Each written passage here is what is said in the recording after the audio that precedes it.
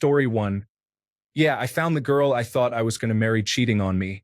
It caused full-on depression, loss of friends, and a complete reframing of my life trajectory. I had a rough couple of years but moved away and rebuilt my life there. Looking back, I wouldn't change anything. Story 2. Oh my God, yes. I passed out and experienced full derealization. I quit my job and almost went to a psychiatric ward. It turns out I had a severe vitamin deficiency. Story 3. I pushed everyone away without realizing it. Rock bottom felt endless, but therapy, time, and forgiving myself slowly pulled me out. Story 4. I ended up in a mental health hospital. My friends accused me of ignoring them instead of checking in on me. I attempted to take my own life. I wasted days, weeks, and months in bed, losing all that time sleeping or lying there paralyzed. Story 5. In college, I was incorrectly diagnosed with depression and prescribed an antidepressant. The medication triggered the most intense mania I have ever experienced. I did not sleep for at least 2 weeks straight. I experienced hallucinations and believed that the world misunderstood me and that I was the only one who knew the truth. I stopped attending classes because I thought no one could truly teach me anything. My dorm mate arranged an intervention, and I returned to the psychiatrist who prescribed quetiapine. The medication caused me to sleep for 18 hours a day. I told the doctor that I could not function this way, but she insisted that I continue the medication. I slept excessively, lost my scholarship, and dropped out of college. I am stable now many years later, but have not returned to school. I regret ever visiting those doctors.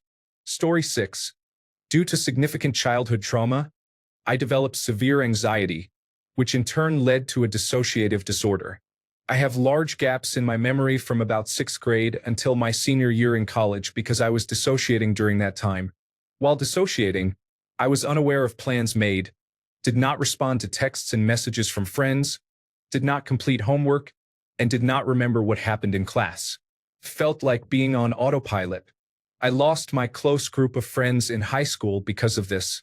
What really affected me were the dual credit classes I took. Because of the grades I received in those classes, I started college with a 1.5 grade point average instead of a clean slate. I was not aware I had a dissociative disorder until a professor I was close with encouraged me to see the campus therapist because something was off.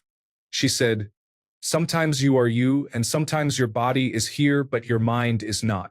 The therapist was very helpful, explained dissociative disorders to me. I did not have dissociative identity disorder, and from there I was able to recognize triggers and become more mindful. I graduated with a bachelor's degree and a 3.5 grade point average. I no longer experience dissociative episodes and am very happy in life. Story 7. Been there, friend. Sometimes the most significant step is to acknowledge it and seek help.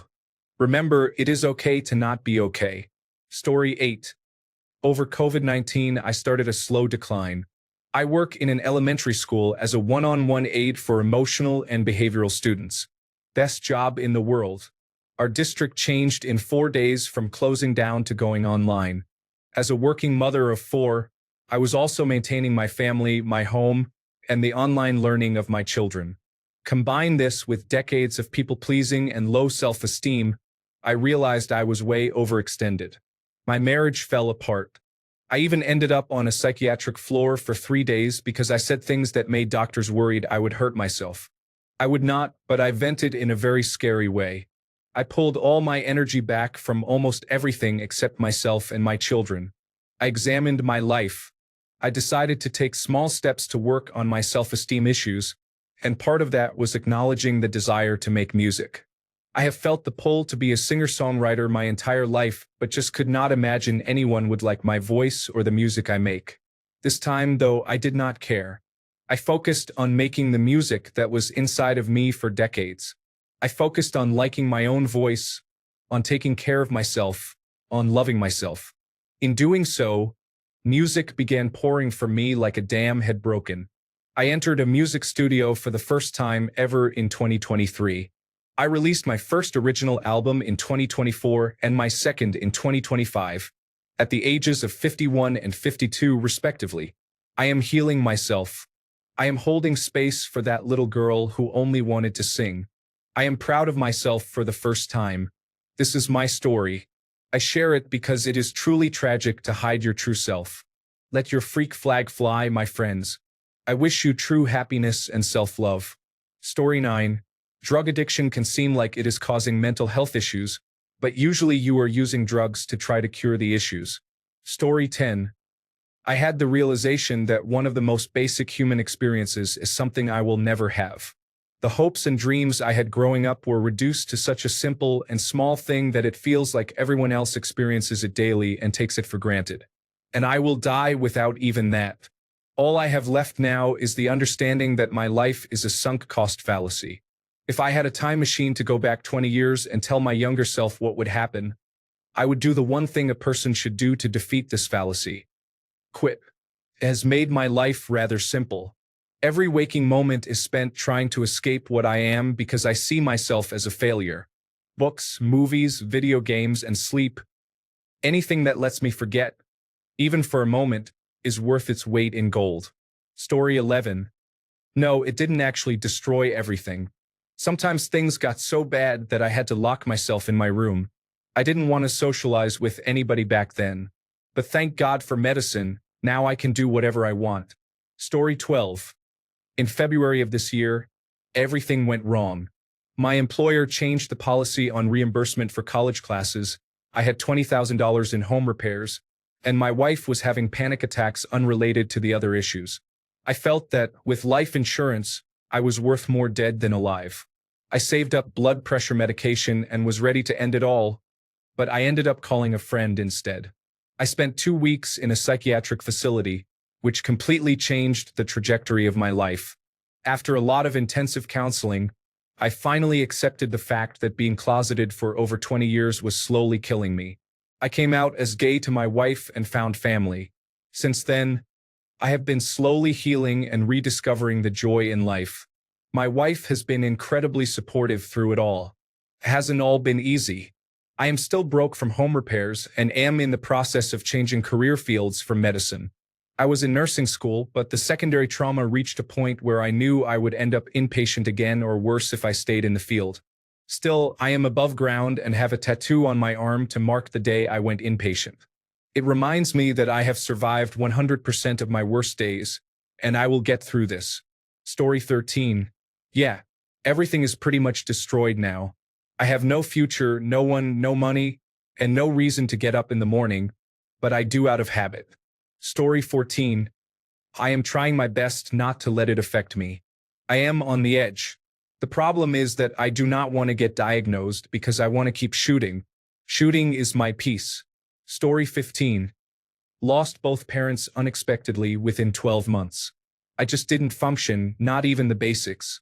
My partner pretty much dragged me through most of the year. Therapy, various kinds, really helped me organize my head, and 5 years later, I am still in therapy. Having good people around is invaluable. I did my best to push people away. Even then, they stuck by me, did the thinking and caring when I couldn't.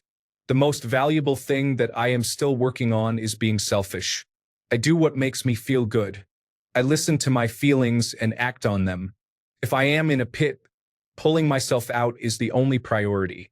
If that means a trip away for a few days, I do it. Take away food, I do it. Shut everything out for a weekend, I do it. Story 16. I completely fell apart multiple times. I am diagnosed with bipolar disorder type 1. Multiple attempts, drug addiction, the works. I have been off hard drugs for 4 years and coming up on 2 years without alcohol. I have not had a manic episode since, and while the medication helps, I think quitting drinking did more for my mental health than anything else. I am not very excited about life. The United States is in a difficult situation right now, but I can hold a job and have my own place now. Things are trending upward, although slowly. Story 17. After being widowed for the second time before I was 50, and then losing my roommate, I was left alone in the woods. A forgotten old woman with only memories of the dead. I broke off all inhibitions. I have no preferences for gender, attractiveness, race, income, status, religion, or age, legal, obviously. As long as you meet my minimum bar of being warm and kind, I am interested. My dear humans, I am having an absolute blast. Although it was a shock to my system the first time I looked at a man and said, I am going to have to see some identification so I know you are of age. Story 18. Yes, there was a time when my mental health hit rock bottom. I lost my job, and to make things worse, my close cousins judged me harshly. I had zero bank balance and felt completely lost. This was exactly 2 years ago. What helped me was a man who motivated me. He did not try to fix everything, but he explained that struggles are part of life and taught me how to take things easy. I made a choice to drop the weight of the past, focus on the present, and start finding real solutions. Now, 2 years later, my mental health is in a much better place. I have learned how to protect my peace and face life with more clarity and calm. Story 19. I realized the other morning that I cannot remember the last time I felt genuine happiness. I do not mean irrational, toxic positivity happiness. I mean just that passing feeling of joy. Story 20. So much debt from defaults, coping, and impulsive spending. I am working on fixing it, but on bad days it feels like a hole I will never get out of. Story 21. I gave up. I did not really realize what was going on until I read about the idea of the slow suicide of self-neglect. Now I intellectually recognize that I should try to do better and be better. I have been trying to fake it until I make it for the last 5 years, but honestly, I still have no hope for the future and am just hanging on until my death will not hurt anyone else. Story 22. I had been watching my mother slowly decline in the situation she was in with a care facility that cost a lot of money. I had taken care of her for years and had to continue doing so even when she went into a paid facility. They don't take care of everything, for sure. You have to make sure she has everything she needs in many ways. Doing this for more than a decade destroyed my mental health. Now that my mother has passed, we have to deal with her estate. It is very challenging. There is nothing like dealing with an estate. I often feel overwhelmed by the situation. Story 23. I am in year 3 of learning about myself. I spent 15 years in a 60-hour-a-week career that did not match my values. I was very good at it and made decent money, but I was in fight-or-flight survival mode the entire time. I had a breakdown that put me in the hospital, followed by 6 months of intensive outpatient program. I tried to get back into the same field with my new boundaries but was railroaded. I have no idea what I am going to do, but I take 13 pills a day and spend a lot of time with my family. I have no money, but I am finally starting to feel like myself. I do not know what is next, but I wake up each day relieved that I am alive. Story 24. I have experienced several points where my depression became so severe that I spent all my money on frivolous things. I did anything to make myself feel something, but it never helped. I was almost unable to pay rent several times because my thought process was, it doesn't matter. I am going to end my life anyway. Story 25. I walked out of my toxic office one day. My boss was awful to me. I took the train home, had my doctor put me on disability, and eventually got Social Security disability insurance approval after 3 attempts over 9 years. My depression was overwhelming. I wanted to jump off the Edison Bridge. I never worked there again. Depression kept me housebound and stuck in a violent home life. Selective serotonin reuptake inhibitors never worked for me. I felt buried 6 feet under and couldn't figure out how to dig out. Life improved when I started taking medication for attention deficit hyperactivity disorder and finally could function, but then life got worse again. Once more, I had to claw my way back up. Fast forward to 2020. My entire world crashed. The only positive was that somehow I did not get coronavirus disease despite working part-time at our local hospital before and during the pandemic. I was evicted, had 2 accidents, and my boyfriend became violent. His cruel mother and he were merciless. I had never lived alone before. After the eviction, I had nowhere to go. On January 31st, in the harsh winter, my car barely ran and had no heater. I lived in a hotel for 5 months. Thank goodness I had some money saved. I cried at least 5 times a day. Thankfully, my attention deficit hyperactivity disorder medication kept me going while I rebuilt my entire life alone. I was deeply sad. It was crippling. But now I have an apartment. I don't need anyone ordering me around. I am finally at mental peace. Story 26. I'm fixing my life from that right now. 2 years ago, I took in 30 kittens after the Humane Society near me said they would sign me up as a foster. They ghosted me, so I had the financial burden myself, all my house bills, and 30 rapidly growing cats. I managed to rehome about 15 of them.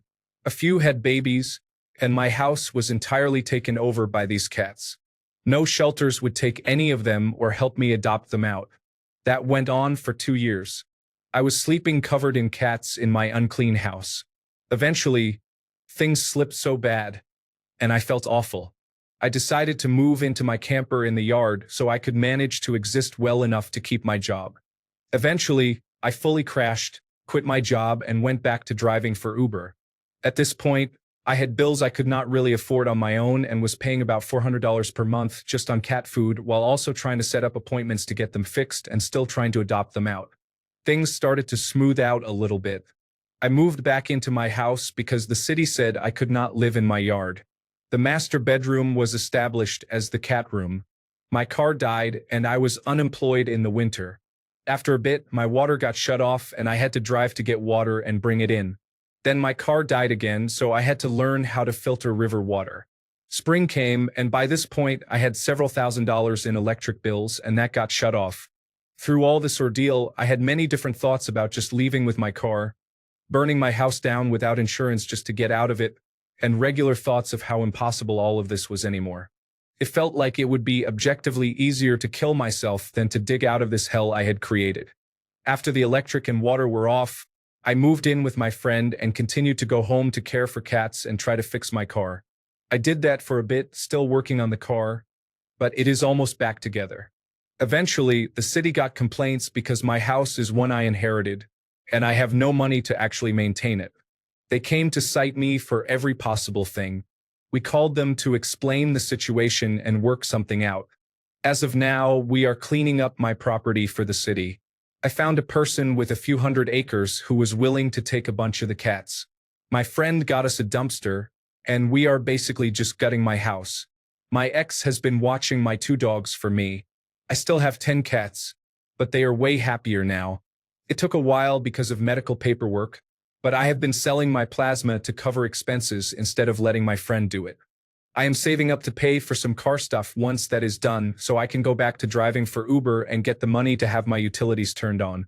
As it turns out, rock bottom can somehow get even worse. Even now, I am too mentally fried to put emotional energy into anything that is not myself simply existing and making sure my animals are okay. Things have been steadily improving the last few weeks, though. It is going to suck to look back and realize that I basically lost a solid 2 years of my life to all of this. But I guess at least I did not end up killing myself to get out of it. I am really lucky to have as many loving friends as I do. Without them, I would genuinely be dead at this point.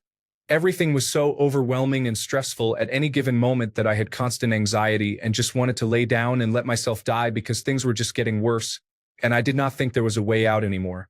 Story 27. Almost. For me, I fell into financial depression, losing money by trying to make money. I also set too high standards for myself and realized I was trying to move too fast in life. I believe I experienced stage 3 depression. Now I am at stage 1. Story 28. I stopped drinking, started exercising, and being healthy, and realized life was never going to get better unless I made it that way. Took longer than it should have, but it happened. Story 29. I married a sociopath. He systematically destroyed me mentally, emotionally, and financially. I divorced him after 9 years and got my life back. I went to France a few weeks after the divorce and bought my house a few months later. Meanwhile, he is couch surfing anywhere he can. Life is good. Story 30. I was in a pretty toxic work situation. Someone I was working with said something really kind to me, something I truly appreciated and still appreciate. The dissonance between the overall situation and those kind words triggered a total nervous breakdown. I just started sobbing uncontrollably right there. Thankfully, the kind words had come to me in an email and I was at home. My wife was there and she stayed with me. She was simply with me, praying for me for probably an hour until I could stop. She never made me feel like I was doing something wrong. She just talked to me and also prayed. After that, I went to therapy, which was pretty humbling. I wish I had done it sooner. Eventually, I was prescribed antidepressants. Thankfully, my primary care doctor and therapist already had a professional relationship that facilitated that pretty easily. This was 5 or 6 years ago now.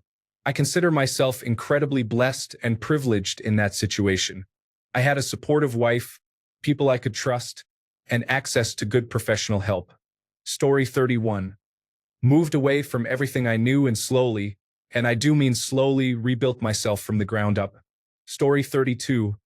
Oh, definitely, multiple times. I have been dealing with chronic depression for 28 years. The worst was in 2022 when I was still looking for work because of coronavirus disease. I got heavily involved in virtual reality and did not realize how bad it was. I had a small breakdown early in the year after realizing how dependent I was, but somewhat bounced back.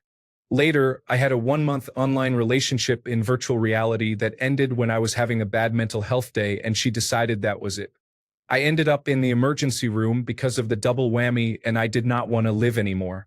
They put me in a 1-month program where I met some good people and I am in a better place now. I will still have to fight it for the rest of my life. Story 33. I was being abused by my partners as I had dated a couple. I became wild in some respects and might have experienced a fugue state due to the overwhelming stress. I isolated myself while in therapy, which helped ground me.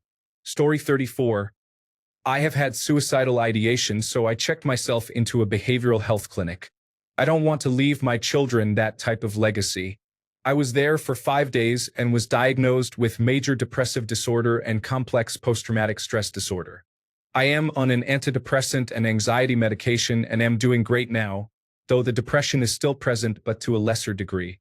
I am in therapy and a grief support group, which is helping me manage.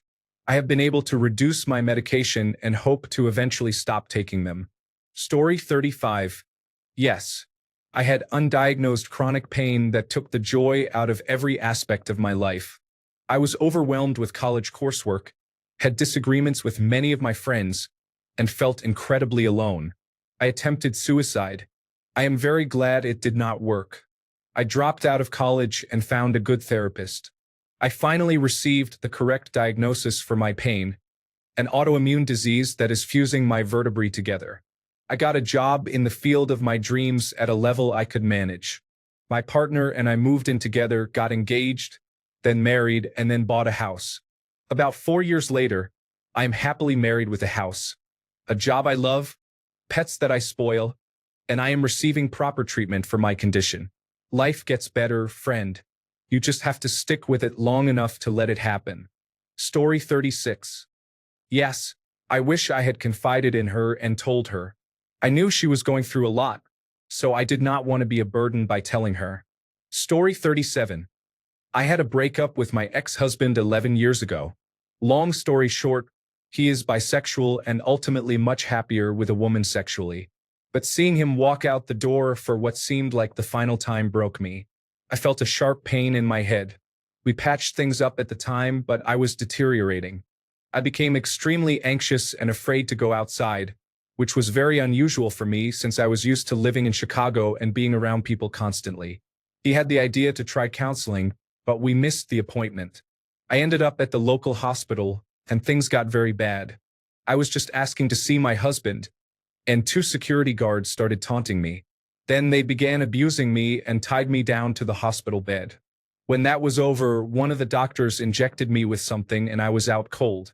Next, I woke up in a straitjacket and was taken to what was supposed to be a short-term mental facility. Unfortunately, my state's prisons were overflowing, and my block was just me and 15 inmates being housed short-term from the nearby state penitentiary. One of them cut through the back of my shirt on their first day. When I got it back from the laundry, the message that I was spineless was clear. Over time, actual patients began to replace those inmates. They were memorable, including one member of the Latin Kings who was completely fried from drugs.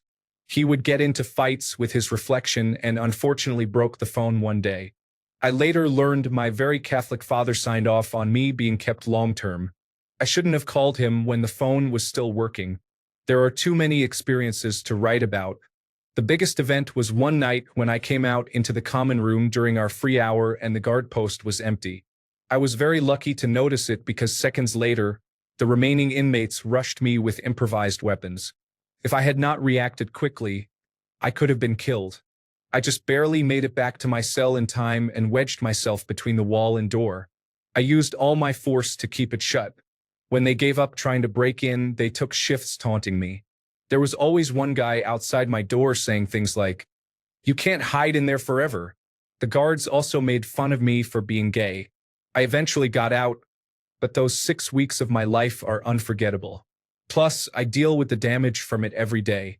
They were giving extremely high doses of medication, especially lorazepam. Most of us felt and acted like zombies from it. Story 38. It did not destroy everything, but it came close. I saw it coming and started strategizing to implement significant changes. I changed jobs and moved across the country to live closer to nature, work fewer hours, and have better pay.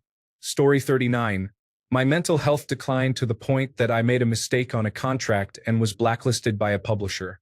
I lost 2 jobs, neglected my health and hygiene, attempted to end my life multiple times, ended up in the emergency room, and nearly ruined my relationship with my partner. I am still struggling. Story 40. Mental health declined in my second year of college. Undiagnosed depression and anxiety caused me to stop attending class and eventually drop out. That year is honestly just gone from my memory. I did nothing to better myself. I got deeply in debt and ruined my grade point average. I broke off all friendships from high school and isolated myself completely. I stayed cooped up in my room. I lived with my grandmother and did the bare minimum to help her before retreating into the dark place of depression. I forget what snapped me out of that deep place. I was talking to an online gaming friend and suddenly started sobbing. I realized I was depressed and called my doctor the next morning. By that afternoon, my doctor was confident in diagnosing me. I started medication with a few tries to find the right one and began therapy. I slowly started repairing my grade point average and improving myself bit by bit. My grandmother was a huge support after I explained what was wrong and what I was doing to make it right. Now I pay the majority of the household bills and take better care of my grandmother and myself.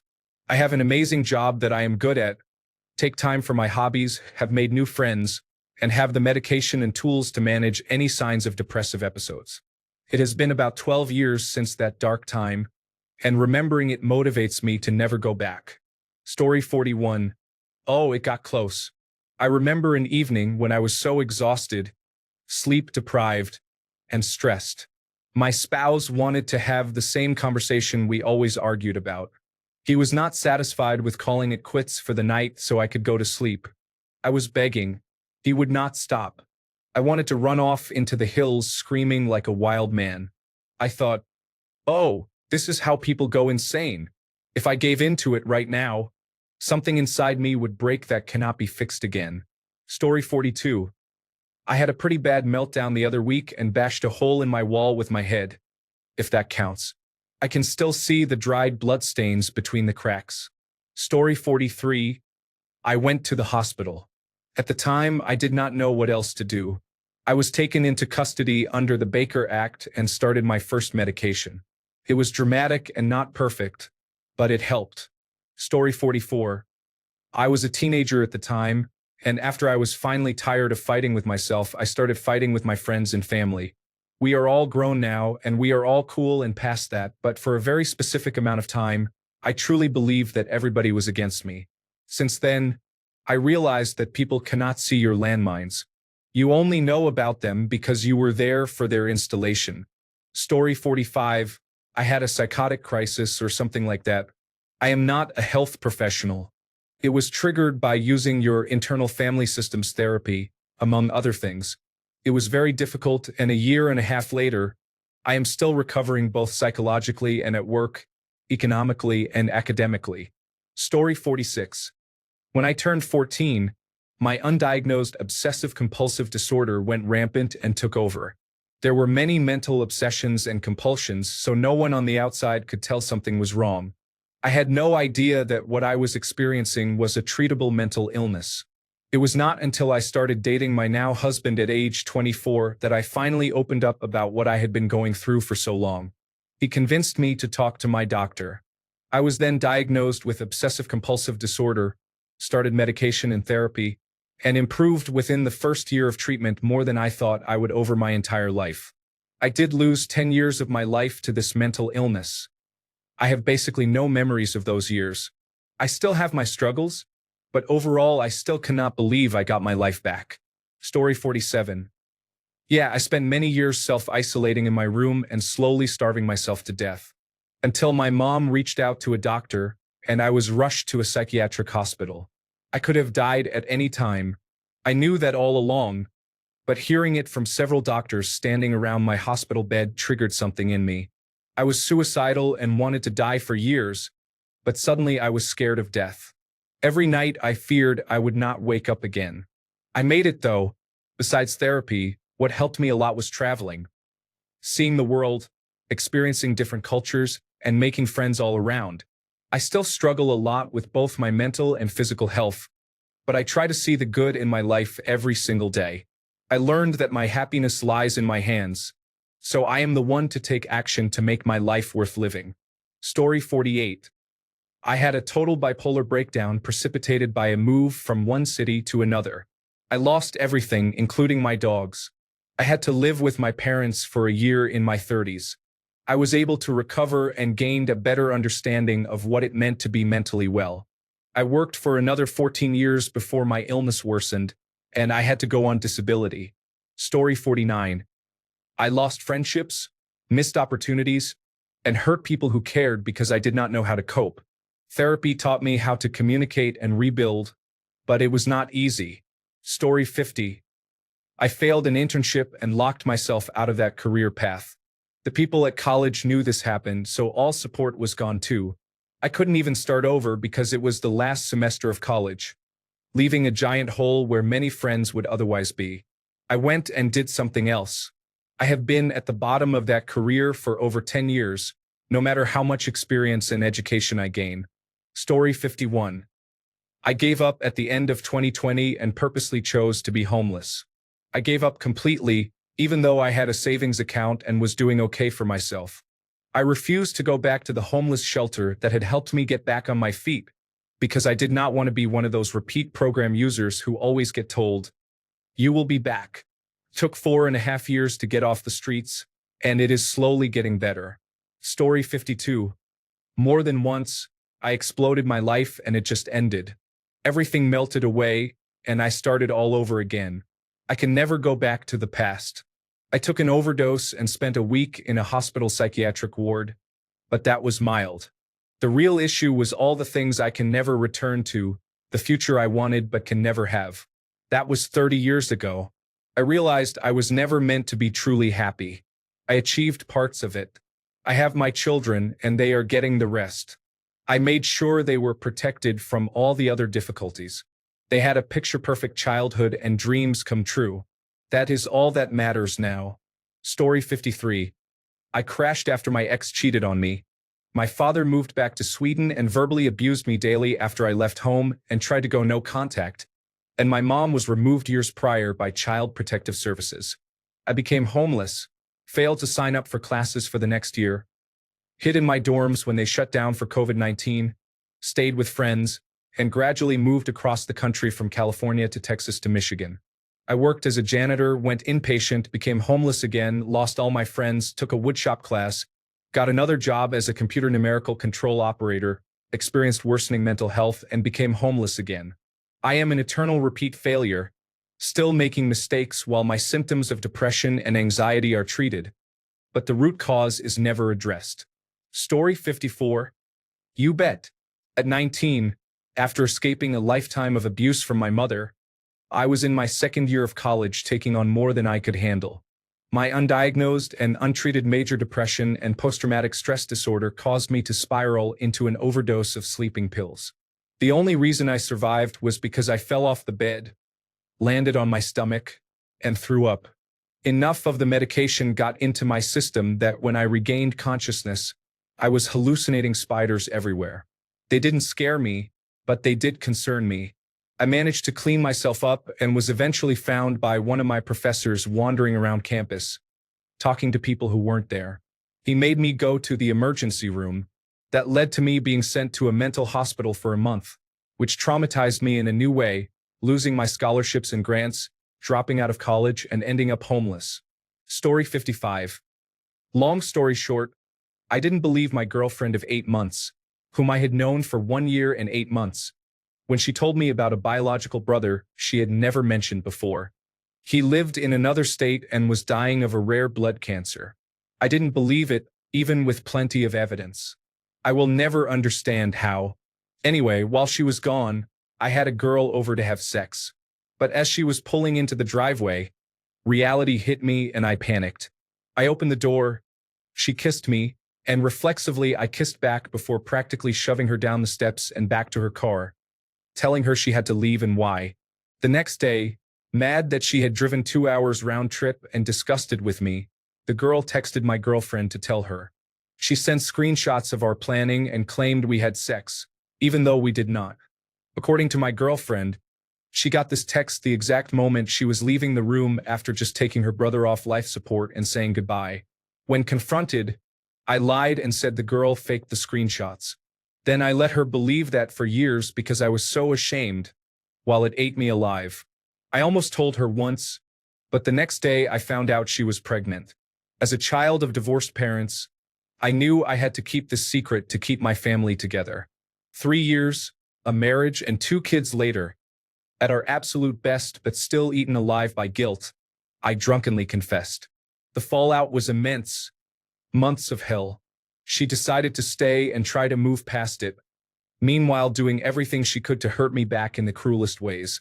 This went on for 2 years, and she finally left me for good over it just 3 weeks ago. I was so low that I broke my family before I even knew I would have one. He didn't want to be alive, so he shot an arrow through time, aimed the wrong way, and now I'm dying. Story 56. I can't fully explain why it happened, but 1 year my contamination obsessive-compulsive disorder spiraled so out of control that I became nearly completely agoraphobic. At times, I would be completely still, weeping, too terrified to move because I was afraid of certain parts of my body touching other parts. I would stay awake all night because I couldn't stomach the thought of sleeping while contaminated, and I couldn't shower because if the water splashed and touched the wrong areas, it would send me into a full panic attack. I developed an incredibly detailed and intricate bathing routine that took a long time and involved fully washing and drying certain areas while keeping others wrapped up. My face alone had 3 sections. Took a toll on my relationships with friends, as I just wouldn't go see them, wouldn't eat with them, and started freaking out when I didn't feel things were clean. I would be eating food and suddenly become convinced it had been contaminated by someone out to hurt people and panic. I became severely underweight, which worsened everything. I talked with friends on the phone, which helped alleviate the burden somewhat. Eventually, the coronavirus pandemic started, and it was actually kind of a blessing because suddenly I could stay home with no repercussions. Cooking all my own meals also helped with the contamination fear. Eventually, I started to reach a normal weight again, and with that, my symptoms began to improve. By the time the lockdowns were over, I felt ready to slowly get back to normal. I am in therapy now. Story 57. Yes, I had my second mental breakdown after a few really traumatizing events and have still not fully recovered 9 years later.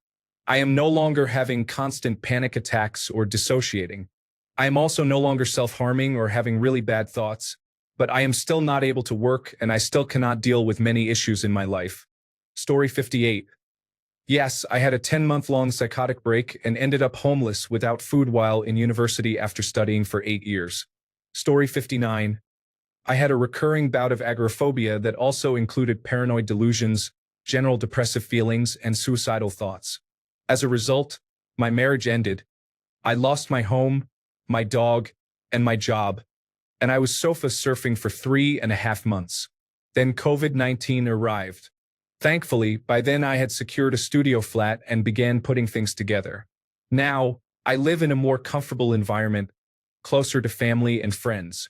I recognize the severity of my mental health issues and do what I can to ease them, taking life day by day. I still get along with my ex-wife. Story 60.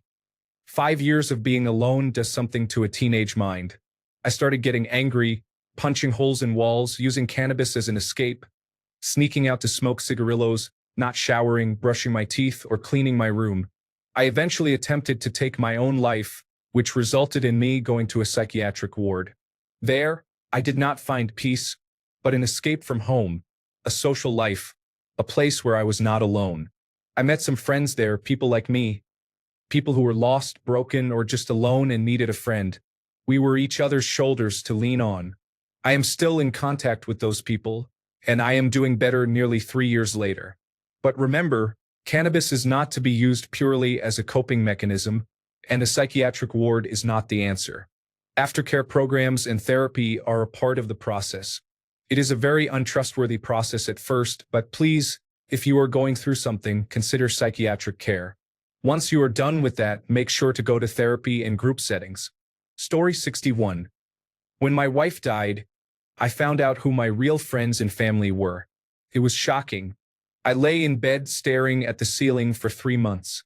If it had not been for the cats I had to feed, I would have rotted away. I dropped from 250 pounds down to 135 pounds. Thanks a bunch for sticking around till the end of the video. Remember to subscribe, and until next time, stay awesome and goodbye.